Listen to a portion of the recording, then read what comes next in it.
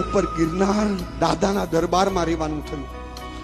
સૂર્યાસ્ત સમય થયો, અંધારું થઈ ગયું. દાદાના દરબારમાં પૂજારીઓએ દીવડા દાદાની પાસે રાખ્યા અને આરતીનો સમય અને ઘંટનાદ શરૂ થયા ફરી પાછા સવારની જેમ. અને સાંજે તો કોઈ યાત્રિક હોય જ નહીં. ઉપર 6:30-7 વાગે એ 6-7 ચોકીદાર, 5-6 પૂજારી, મુનિમજી ફરી પાછા દાદા દરબારમાં આવ્યા. ઘંટનાદ શરૂ થયા, ઢોલ શરૂ થયા, નગારા શરૂ થયા અને 2 પૂજારી ભાઈ ચામર લઈને દાદાની સામે નાચવા લાગ્યા. 1 મિનિટ થઈ, ચોકીદારો ઊભા થયા, પૂજારી પાસે ચામર લીધો, ચોકીદાર નાચવા લાગ્યા. અડધી મિનિટ પછી મુનિમજી આવ્યા, નાચવા લાગ્યા. દરેક ચોકીદાર, દરેક મુનિમજી, પૂજારી દાદા સામે અડધી મિનિટ 1 મિનિટ નાચે અને આરતી મંગલ દીવો પૂરો થયો. અને એક પૂજારી ભાઈને બહાર બોલાવ્યા. પલકભાઈ,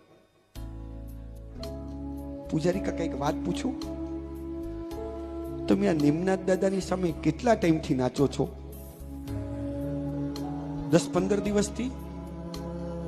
એ કે ના સન મોટા ભાઈ, આ બચ્ચુભાઈ છે ને, બચ્ચુભાઈ નામ તો સાંભળ્યું છે, સંકિત ગ્રુપના લીડર, કેપ્ટન, એ બચ્ચુભાઈએ કીધું સૌથી પ્રાચીન વિશ્વના પરમાત્મા છે, દિલથી ભક્તિ કરી લો.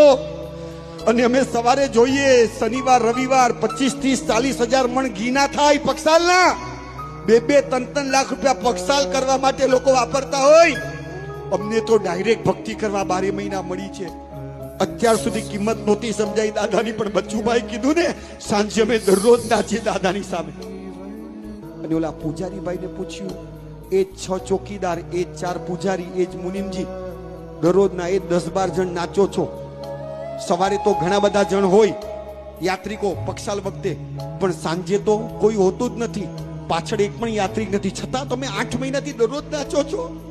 અને ઓલા પૂજારી ભાઈ કે અમે તો ગામડાના ગમાર અભણ માણસો, મોટા ભાઈ, અમને બીજું ખબર નથી, અમે નાચીએ છીએ ને ત્યારે પાછળ કોઈ જોવા વાળું નથી. તમારી વાત સાચી, પણ અમે જે નેમનાથ દાદાની સામે નાચીએ છીએ ને, એ નેમનાથ દાદો દરરોજ અમારા હૃદયના ભાવોની ભક્તિને જોવે છે, દરરોજ. રોશનભાઈ, એ વખતે મને અહેસાસ થયો, અભણ એ નથી, હું છું અભણ. ગામડાના ગમાર એ નથી, અમે છીએ. ઓલો પૂજારી એમ કે દાદો અમારી ભક્તિ દરરોજ જોવે છે.